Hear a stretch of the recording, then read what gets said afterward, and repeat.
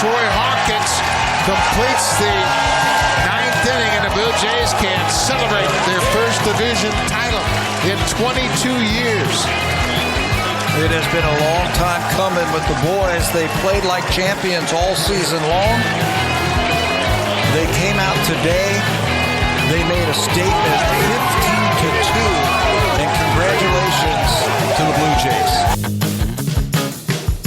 Sportsfeld! It is Sportsfeld Storytime. We are looking back to the David Price debut, August 3rd, 2015, and we are through the game. Last episode was his incredible 11 strikeout, 3-hit, 1-run start that got the Jays the win. Do you remember, Jake, that win and the game before, the fight game against the Kansas City Royals, were the first two wins in a winning streak. They did not lose again until August 14th against the Yankees. That whole sort of that run to get them into the playoffs and to win the division, I don't think I will ever experience something like that again. I remember sometime in August, I don't remember which part of August, I went to a game where I think they played the Athletics and they just kicked the shit out of them. And I remember it was when the division was really close. We hadn't overtaken the Yankees yet, but we were getting there. And the Yankees were in Cleveland, I want to say. And by the time we got back to the bar, that game had gone into extra innings. And everyone in the bar was watching the Yankees-Cleveland game. And then Cleveland won, and the bar went crazy. And that was like that moment of like, oh shit, okay, this is what's happening. That rules. Jake, your memory never ceases to amaze me. You are talking about Wednesday, August 12th, when the Blue Jays beat Oakland 10-3. Yep, I sure am. It was 2, 3, 4, 5, 6, 7, 8, 9. The 10th game of the winning streak. They go from down half a game to up half a game because the Yankees lose 2-1 to Cleveland. Yeah, I remember that being like, that was a sort of transformative moment in my mind a little bit of just that, like, oh, this is no longer me thinking like something could happen or something like this is like people are now on board. This is real. This is happening. Yeah. That's why you play the game. I mean, to be a part of stuff like this. In that 11-game win streak, the Blue Jays go from 6 games back to half a game up, culminating basically in the game you are talking about. Price pitches again. So Price starts against Minnesota, and they win 5-1. He makes his next start against the Yankees that Saturday in New York. The Jays win 6-0. They sweep that series, if you remember that. I remember that so well. Them sweeping that series. I believe that weekend was the weekend of our producer Sean's wedding, and I was in PEI for that weekend, and I remember very clearly the Friday night was the night before the wedding, so we all slammed into a hotel room to watch that Yankees game. I believe Jose hit a home run in the 10th to win that game. God damn it, Jake. You're thinking of the game before, but yes. Am I? Yeah, okay. 2-1, they win in 10 on the back of a Jose Bautista home run. Stop it. And then that Sunday game, I remember we were watching before we got our flight out, and we were it was like the perfect environment for me. I was in a bar, I was drinking a beer, I was eating an entire lobster, and I was watching the Jays beat the Yankees. And it was as close to perfect as I think things get. And that was also the day that I discovered that Chasen Shreve existed, and I didn't think his name was real. Yes. That series goes 2-1, 6-0, 2-0. The Jays go 10-1, the runs. They go from 3.5 back to 1.5 back. Cecil in the extra inning game, Price with a shutout, Estrada with a shutout. 2015 Marco Estrada. Take me back. Price is like, the reason that we love David Price in Toronto the way we do is he was surreal down the stretch. 11 starts, 9 wins, 2.3 ERA. For my money, probably should have won the Cy Young. That's just me. Wow. Who did win the Cy Young that year? 2015 Cy Young went to Dallas Keuchel. Aha. Keuchel went 20-8, had a 2.48. Price went 18-5, had a 2.45. Price was second. Price was second. Price had the better ERA plus. He had a better ERA. I believe he had a lower WHIP. I don't think I have his FIP handy, but it was, it's, you take your pick as which one of those guys had a better year. I think David Price did more personally. That's just me. And I'm probably biased, to be 100% honest with you. But he was so money for the Blue Jays. It was ridiculous. He had 9 more strikeouts and 12 less innings. So, right? And he made 1 less start. Boy, oh boy, just awesome. He finally lost a game to the Yankees August 14th. He went 8 innings, gave up 3 runs. That would be the second worst game of his Blue Jays tenure, giving up 3 runs. Then he got a win against the Angels, a big win against Texas, a loss against Cleveland, and then he finished it off in September with 5 straight wins. Baltimore, New York, Atlanta, New York again, and Tampa Bay.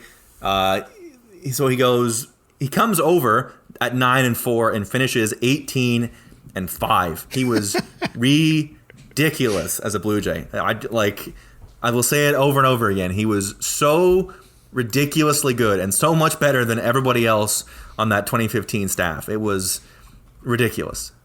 That whole, I know we've talked this before, but I don't know when the last time we did was, but that whole run really makes them not winning the World Series feel even stranger.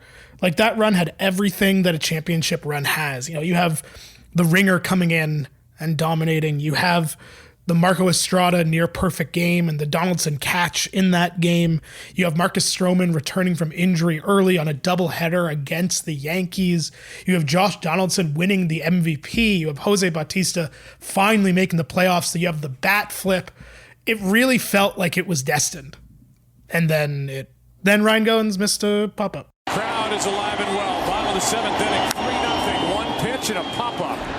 Right side. And it's going to drop as Goins looked like he called for it. Then Bautista stayed away. Melissa will always point out that Price should have gotten out of that inning anyway. He should have. As good as he should have. But he wouldn't have needed to if Goins just catches that fucking ball. Anyway, just an unbelievable 3 months. And then, of course, free agency becomes the next topic. Uh-huh.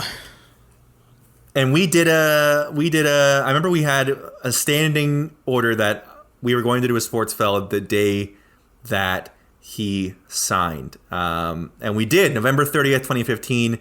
It's our reaction to the David Price Red Sox signing. Here's a little bit of how we felt. He chose to go to the Red Sox. Fuck him. I hated. You have to be like, fuck him. There are so few baseball players I have hated more in my life than Bronson Arroyo. For sure. Just like a nothing pitcher, but he pitched for the Red Sox, so fuck him forever. Like, I feel like it's possible to be like, I wish David Price all the best. He's a really fun, great guy, but also fuck him. Here's how we felt. We felt if we love David Price, we want him to do well, but he's a Red Sox now, so fuck him. That was like that was almost exact. That's like word for word what we said. It was a joy to watch him celebrate winning the AL East. Winning the AL East is among the funnier days of my early relationship because I got so drunk. That night. I made, I believe I called it sangria, but it was just wine mixed with every alcohol we had left and juice. I remember that was like, that was a doubleheader game also, I think, when they clinched because they beat Baltimore. And I was at the Wheat Sheaf with a bunch of people. And it got to the point where like the game that they clinched, they won by like so much. And I remember we were at a bar, so we weren't drinking that much during the game. But after they won, actually began sort of a tradition that I have now, where we're at the Wheat Sheaf, which is at King and Bathurst, so the southern part of Toronto. The game ended. I went up Bathurst with Chris Lund and Jacob Kramer because I was living at Bloor and Bathurst at the time. We stopped at the wine rack at Bloor and Bathurst, asked for champagne. They said, "This is a wine rack. We don't sell that." We said, "What's the closest thing you have to champagne?" So they gave us a bottle of, I guess it was Prosecco, maybe it was sparkling, I'm not even sure. And it was when Honest Ed's still existed. We went into the alleyway of Honest Ed's and just chugged a bottle of sparkling wine to celebrate, which is how that tradition started, which we did again after the Raptors won. But it was that kind of evening for sure. And then identifying with the team the next day, as they were. That was the best. Extremely hungover as we were also. The Sunglasses Blue Jays was so much fun. It was, and I remember, because we can't have nice things, there was the backlash. People were mad because they hadn't clinched the American League yet. People were like, "Oh, yeah." It's like, fuck off. It's just, seriously. My tweet is, I was so excited about the Jays last night, I got embarrassingly drunk and passed out in my girlfriend's living room at 10 p.m. Is exactly how it went. That was the 27th. So they played that night in Tampa Bay. Let's see if I can pull up the Tampa Bay lineup. My favorite. It would be the remember we didn't remember if they had clinched or not or something like that, and it was like totally ridiculous because it was the math. It was something like really specific math that had to do with it. Yeah, that's right. God, that was fun. That was goddamn hilarious. Right, the difference between clinching a playoff spot and clinching the East. That's what it was. The East was the champagne in the alleyway night for me. Just for the record. And the lineup they trotted out on the 30th, the day after they clinched the East, was Dalton Pompey leads off, followed by Cliff Pennington in left field, Carrera in right, Colabello DHing, Matt Haig at first base, Josh Tolley behind the plate, Kawasaki playing third, Darwin Barney at second, and Jonathan Diaz at short. They went 0 regulars, top to bottom. Oh, what a good time. What a good time. God, I love John Gibbons. Like, only Gibby goes whole hog. Well, like, why would he play him? Who gives a shit? Cliff Pennington in left field that's chef's kiss right there. When you have, oh, that's so good. Cliff Pennington in left field, who pitched in the playoffs that year. He did. You gotta love it.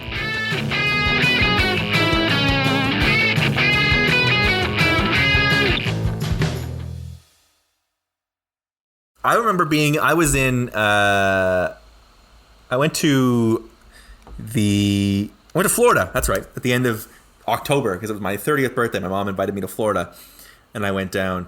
And the debate to drink beer, because David Price was technically not on the Blue Jays anymore, was weighed very heavily on my mind.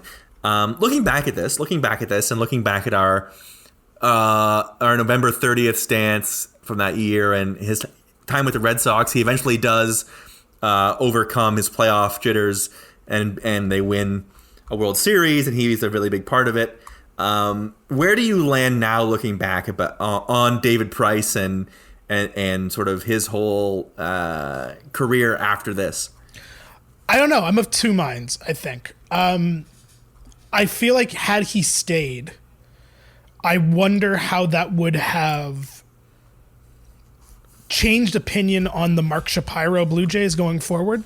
No, I mean, I think, if Alex, would have still been here, then it might have, not upsetting, but, that would have been a little bit different. Because if he stays, who knows what 2016 is like as a season. Who knows if we have David Price the full year also. And I wonder if, because he signed for $300 million in Boston. If he stayed in Toronto, you'd have to imagine the deal would be somewhere in that ballpark. Totally. And they would have traded him by now, for what it's worth. For sure. Oh, for sure. As they probably should, to be fair. But if he had signed the $300 million deal in Toronto or $280 million or whatever in Toronto, right after Anthopoulos left and Shapiro already came in sort of under the gun, I feel like the whole narrative around Shapiro and all that stuff is very different. And also maybe the Blue Jays win a World Series in 2016 if he stays. So yeah, maybe. I really think it changes the trajectory of the next 5 years of this franchise in so many ways that it's hard to fathom how big that one could go either way. Also, it's possible he re-signs for a ton of money and he's not great, and the team is still kind of middling in 2016 as they were until the last week of the season. So I think it's a big question. I think I still sort of hold obviously in the last 5 years, my stance on like what players should do for themselves has changed a lot and softened a lot. And like, I know we said this in 2015 as well when he signed, that like if someone offers you $300 million, you obviously take it.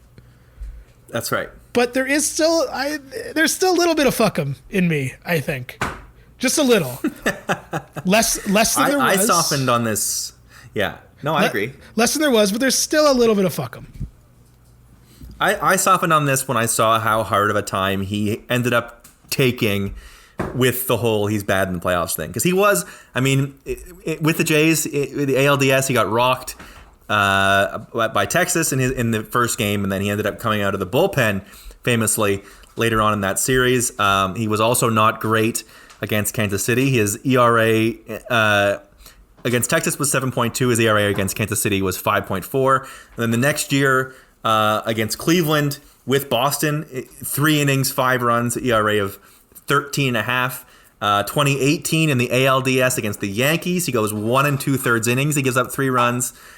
But he turns it around. 2 good starts against Houston, and then he goes 2-0 in 3 appearances with a sub-2 ERA with the Dodgers to win the World Series. By then, once Boston had already made the World Series, I sort of wanted him to get his moment where he gets to finally have that World Series. I guess just because, like, looking back over this last 4 episodes, how much it meant to us and how big it was that he came here and how good he pitched down the stretch of that regular season to help them clinch that playoff spot, which I think maybe you'll agree with, maybe you won't. With them winning the East meant so much to me, almost as much as them beating Texas. It meant the world to me. So that he had a huge part of that and has revealed himself, by the way, as a really good guy, right? I believe he was also one of the players on the Red Sox that refused to go to the White House because Trump was in office. I think he was a leader in that as well, which obviously I appreciate. So I've really, other than 2016, we wanted them to be bad because the Jays were a playoff team.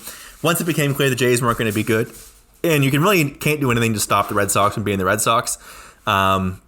I wanted good things for David Price, and I still do, and I'm glad he seems like a really good guy. He seems like a We were big proponents of the Blue Jays trading for him 6 months ago. That's right. Like, oh my God, that's right. we were on the trade for David Price again train not that long ago. Oh my God, that's right. That's right. If oh only. My God, yeah. What a perfect storybook ending that would be. Of course, you know the story of how the 2015 season ended. We get the bat flip. We get the Royals series. I think when we do the next one of these, we'll see what they do. Down the line, I think we should do the Royals series because I don't remember it all that well. I remember the Rangers series really well, but the Royals was sort of this like crazy blur for me that was like I already couldn't believe so much of what was happening that the Royals series sort of gets lost as this like completely crazy series of events. I watched the highlights of the game that they lost to the Royals, Game 6, for the first time, I think this year. Because it was just like, I don't want to see that ever again. That one really hurt. That is the most painful sports loss in my life, I think. Wow. Yeah, I think it's probably up there too, and that's probably why I sort of blocked it out. I remember the Amish guy with the glove. Yep. And that's honestly about it. The rest of the series is pretty blocked out for me, which is that is a good game to do because that was funny. That was a weird ass game too. Yeah, Boy, oh boy. Anyway, that about wraps up Sportsfeld Storytime for this month. It has been a pleasure looking back at the 2015 Blue Jays, as it always is. I love talking about this team and watching their old highlights and remembering the buzz of the Dome when it was full and how good the lineup was, and truly, truly appreciating David Price. I think going through that year without an ace and then getting him halfway through, it's different than Doc, right? Because Doc was just always there and he was old reliable. To not have it and really need it and get it meant a ton. Yeah, there'll never be anything like those 3 months in our sports lives again. Ever. Yes. We hope something comes close. But in the meantime, we thank Alex Anthopoulos for making that trade. And most importantly, we thank you, the Patreon subscribers, for helping us out, for chipping in, for being part of the Discord, and for getting these extra episodes as well as the mailbags. We love our Sportsfeld community. You guys are the best. We will see you next month for a new series of Sportsfeld Storytime.